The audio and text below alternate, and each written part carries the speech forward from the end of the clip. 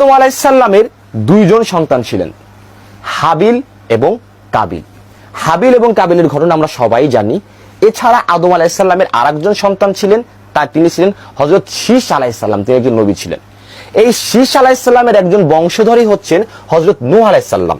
এবং নূহ আলাইহিস সালাম সম্পর্কে আমরা সবাই জানি, নূহ আলাইহিস সালাম সম্পর্কে আমি কিছুই বলবো না। এই হযরত নূহ আলাইহিস সালামের চারজন সন্তান ছিলেন। একজন সন্তানের নাম ছিল সাম, আরেকজন সন্তানের নাম ছিল হাম, আরেকজন সন্তানের নাম ছিল ইয়াফিস এবং আরেকজন সন্তানের নাম ছিল কেনান।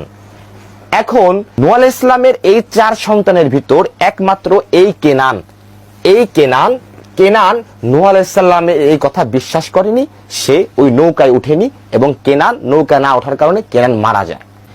এই সাম থেকে জন্ম নিয়েছে সেমিটিক ভাষা। আপনারা যারা জানেন যে আরবি ভাষা, এই হিব্রু ভাষা, এগুলো কিন্তু সেমিটিক ভাষা থেকে এসেছে। ওই সাম, নূহ আলাইহিস সালামের যে পুত্র সাম, ওই সামের বংশধররাই কিন্তু পরবর্তীতে সেমিটিক। এবং বর্তমানে আমরা যারা আরবদের দেখি, আরব এবং যে ইহুদি জাতি আমরা দেখি, এই ইহুদি জাতি কিন্তু এই সাম থেকে এসেছে। আরবরাও সাম থেকে এসেছে, ইহুদি জাতিরাও সাম থেকে এসেছে। যেহেতু আমাদের সকলের আদি পিতা হযরত আদম আলাইহিস সালাম, তো কোনো না কোনো এক জায়গায় গিয়ে আমাদের কিন্তু সবাই আমরা ভাই ভাই একসাথে মিলে যাব। তো সাম, ইহুদি, আরব এবং ইহুদি উভয় কই থেকে এসেছে? সাম থেকে এসেছে। এবং আরেকজন সন্তানের নাম ছিল হাম এবং হেমিটিক। মিশরীয়রা, বর্তমান যারা মিশরে বসবাস করছে, এই মিশরীয়রা এসেছে হাম থেকে। আর আমরা যারা ভারতবর্ষের অধিবাসী, আমরা এসেছি হচ্ছে ইয়াফিস। এই ইয়াফিসের বংশধর হচ্ছে আমরা। ইয়াফিস, তার বংশধররা পরবর্তীতে ইন্দো ইউরোপীয়, এই যে আমাদের ইউরোপ ইরান এবং ভারতে এই অঞ্চলে ইয়াফিস তার বংশধররা ছড়িয়ে ছিটিয়ে যায়। এরপর কি হয়? এই যে সাম, এই সামের বংশে একজন নবী, আমরা সবাই তাকে চিনি, হযরত ইব্রাহিম আলাইহিস সালাম। তিনি কিন্তু এই সামের বংশধরের একজন নবী ছিলেন। তো এই ইব্রাহিম আলাইহিস সালাম সারা নামের একজন নারীকে ইব্রাহিম আলাইহিস সালাম প্রথম বিয়ে করেন। নাম কি তার স্ত্রীর নাম? সারা। এবং এই সারার গর্ভে জন্মগ্রহণ করেন হযরত ইসহাক আলাইহিস সালাম, যিনি নিজেও কি ছিলেন? একজন নবী ছিলেন। এবং হযরত ইয়াকুব আলাইহিস সালাম, এই ইসহাক আলাইহিস সালামের পুত্র ছিলেন হযরত ইয়াকুব আলাইহিস সালাম। তো কি করলেন ইব্রাহিম আলাইহিস সালাম? সারা এবং তার সন্তান ইসহাক আলাইহিস সালামকে নিয়ে, এই যে আমরা ইরানের একটি ক্লোজ ম্যাপ দেখছি, এটা হচ্ছে ইরাক, এটা সৌদি আরবিয়া। আর এই যে অঞ্চলটুকু আমরা দেখছি, এই যে অঞ্চলটুকু, আমি একটু রেড কালি করে দিই এটাকে, এই যে অঞ্চলটুকু আমরা দেখছি, এই অঞ্চল হচ্ছে বর্তমান ফিলিস্তিন। হযরত ইব্রাহিম আলাইহিস সালামের স্ত্রীর নাম ছিল কি? সারাহ, এবং পুত্রের নাম ছিল ইসহাক আলাইহিস সালাম। এই সারাহ এবং ইসহাক আলাইহিস সালামকে নিয়ে ইব্রাহিম আলাইহিস সালাম সবার আগে চলে যান হচ্ছে এই ফিলিস্তিনে। একটি অঞ্চল ছিল ওই সময় ফিলিস্তিনের, সেই অঞ্চলের নাম ছিল কেনান। এই কেনানে আসার পর ইব্রাহিম আলাইহিস সালাম কি করলেন? সারাহ এবং ইসহাক আলাইহিস সালামকে নিয়ে এইখানে, এই যে জেরুজালেম, বাইতুল মুকাদ্দাসের এই অঞ্চলে, যে হিব্রুন অঞ্চলে বসবাস শুরু করলেন। বসবাস শুরু করার পর ইব্রাহিম আলাইহিস সালাম এরপর এই অঞ্চলে ওই ইসহাক এবং সারাহকে রেখে তিনি চলে গেলেন। চলে যাওয়ার পর পরবর্তীতে তিনি আরেকটি বিবাহ করেছিলেন এবং তার স্ত্রীর নাম ছিল হাজেরা। এবং সেই হাজেরা, তার ঘরে জন্মগ্রহণ করেন হযরত ইসমাইল আলাইহিস সালাম। এবং ইসমাইল আলাইহিস সালাম এবং হাজেরা, এই দুজনকে নিয়ে তিনি চলে যান সৌদি আরবের এই মক্কা নগরীতে। এবং ইব্রাহিম আলাইহিস সালাম কি করলেন? সারাহকে বিয়ে করলেন, সারার ঘরে জন্মগ্রহণ করলো ইসহাক আলাইহিস সালাম এবং তাকে নিয়ে গেলেন কোথায়? জেরুজালেম, বাইতুল মুকাদ্দাস, কেনান শহরে তাকে নিয়ে গেলেন। এবং এই যে হাজেরা, তার আরেকজন স্ত্রী, তার ঘরে জন্মগ্রহণ করলেন ইসমাইল আলাইহিস সালাম, তাকে রেখে এলেন মক্কায়। এই ইসহাক আলাইহিস সালামের পুত্রের নাম হচ্ছে ইয়াকুব আলাইহিস সালাম। এবং ইয়াকুব আলাইহিস সালাম কোন জায়গায়? তিনিও কিন্তু ওই কেনানে আছেন। এবং এই ইয়াকুব আলাইহিস সালামের অপর নাম হচ্ছে ইসরাইল। আর এই যে বনি ইসরাইল, যে বানু শব্দটি, বানু শব্দের অর্থ হচ্ছে বংশধর। আর ইসরাইল শব্দটি মূলত হিব্রু ভাষার একটি শব্দ, দুটি শব্দ জয়ে গঠিত, ইসরা এবং ইল। ইসরা শব্দের অর্থ হচ্ছে আব্দুন বা বান্দা, আর ইল শব্দের অর্থ হচ্ছে আল্লাহ। ইসরাইল মানে হচ্ছে আল্লাহর বান্দা, আর বনু ইসরাইল মানে হচ্ছে আল্লাহর বান্দার বংশধর। তাহলে ইসরাইল কার নাম? ইসরাইল হচ্ছেন হযরত ইয়াকুব আলাইহিস সালামের নাম। হযরত ইয়াকুব আলাইহিস সালামের নাম হচ্ছে ইসরাইল, এবং ইয়াকুব আলাইহিস সালামের হচ্ছে 12 জন পুত্র ছিলেন। এই 12 জন পুত্রের একজন পুত্র হচ্ছে হযরত ইউসুফ আলাইহিস সালাম, এবং 12 জন পুত্রের মধ্যে সবার বড় যে একজন গুরুত্বপূর্ণ পুত্র সে ছিল ইয়াহুদা।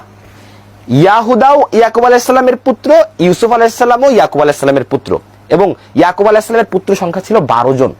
এই যে এটা হচ্ছে মিশর, এই যে প্যালেস্টাইন ফিলিস্তিন, এটা হচ্ছে ফিলিস্তিন, এবং এইটা হচ্ছে মিশর। এই যে কেনানে থাকতেন, বসবাস করতেন ইউসুফ আলাইহিস সালাম, কেনান শহরে থাকতেন, যার বর্তমান নাম হিব্রুন। এই কেনানে তাকে একটা কুয়ার মধ্যে ফেলে দিলেন, আর সেখান থেকে একদল বণিক মানুষেরা ইউসুফ আলাইহিস সালামকে নিয়ে গেলেন কোথায়? মিশরে। এবং মিশরে যাওয়ার পর ভাগ্যক্রমে মহান আল্লাহ রাব্বুল আলামিনের ইচ্ছায় ইউসুফ আলাইহিস সালাম এই মিশর রাজ্যের তিনি হয়ে গেলেন প্রধানমন্ত্রী, শাসক বা রাজা হয়ে গেলেন। রাজা হয়ে যাওয়ার পর কি করলেন?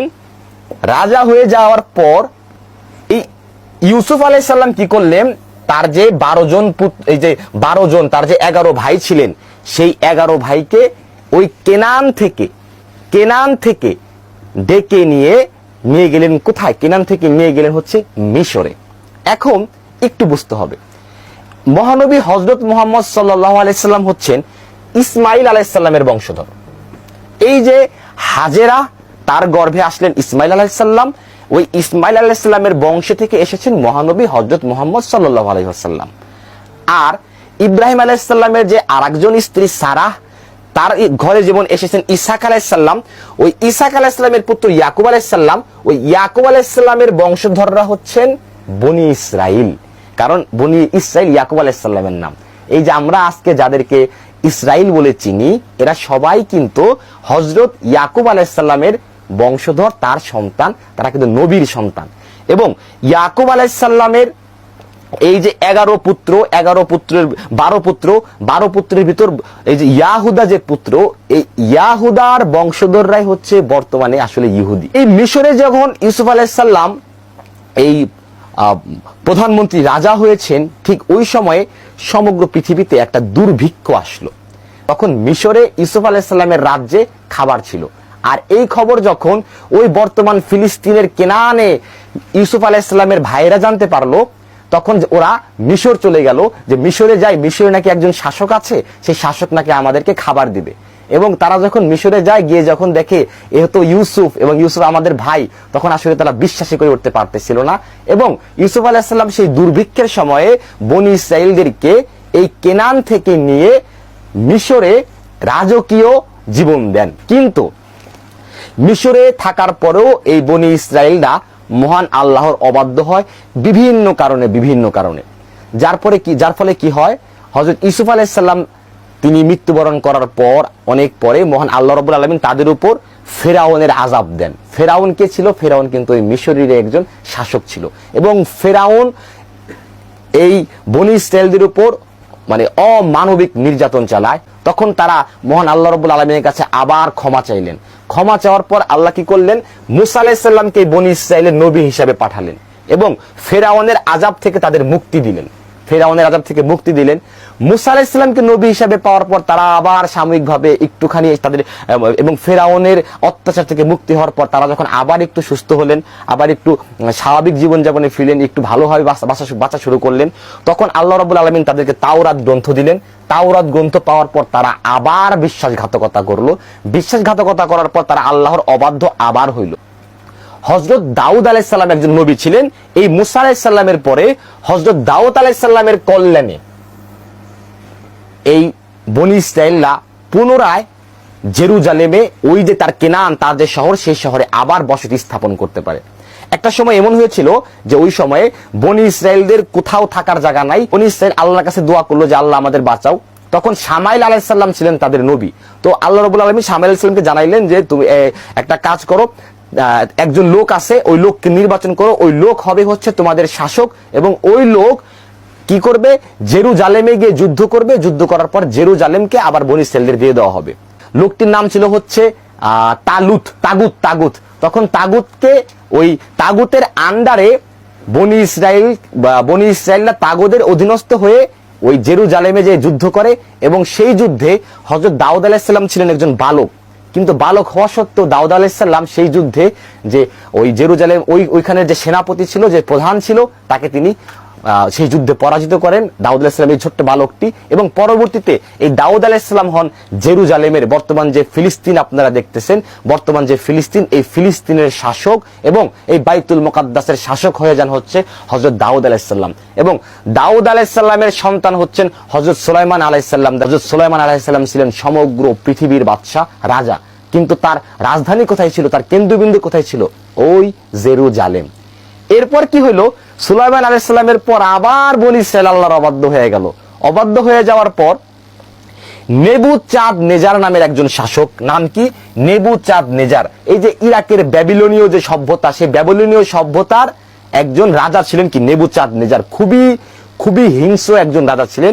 সেই নেবুচাঁদ নেজার জেরুজালেম দখল করার পর, এই যে জেরুজালেম দখল করার পর এই যে জেরুজালেম ছাড়া করলেন বনী ইসরায়েলদেরকে, এরপরে হাজার হাজার বছর কাটে গেছে। এই কিছুদিন আগে ওই জেরুজালেমে আবার ইহুদিরা ওই বনী ইসরায়েলে যাইতে পারছে, এতদিন আর যাইতে পারে নাই।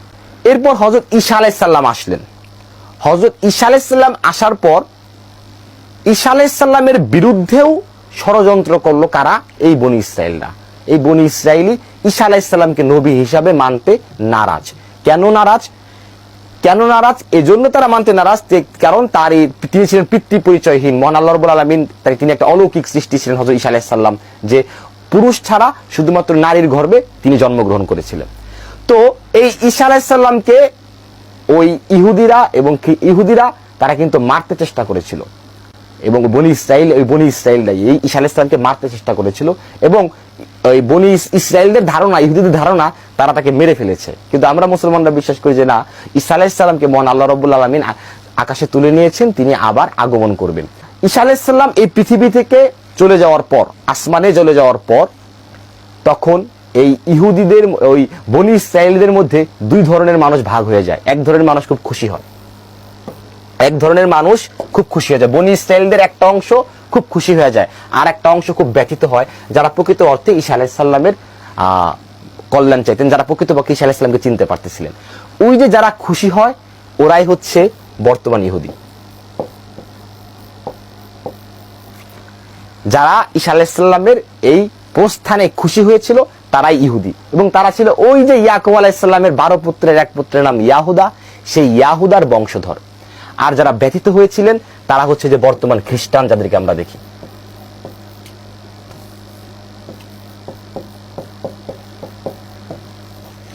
যারা খ্রিস্টান তারা হচ্ছে ব্যথিত হয়েছিলেন ওই বনী ইসরায়েলেরই একটা অংশ, আর যারা খুশি হয়েছিলেন ইহুদি, ওই ইয়াহুদার বংশধর, তারা হচ্ছে বর্তমান ইহুদি। আই থিংক আমরা এই মুহূর্তে জানতে পেরেছি ইহুদি জাতি কারা ছিলেন, এবং ইহুদি জাতির উৎপত্তি, তারা কিন্তু নবীদের বংশধর। এবং এই বনী ইসরায়েলদের উপর মহান আল্লাহ রাব্বুল আলামিন এত এত এত নবী প্রেরণ করেছিলেন, তার কোনো হিসাব নেই। প্রচুর নবী কিন্তু ইহুদিদের বংশে এসেছিল।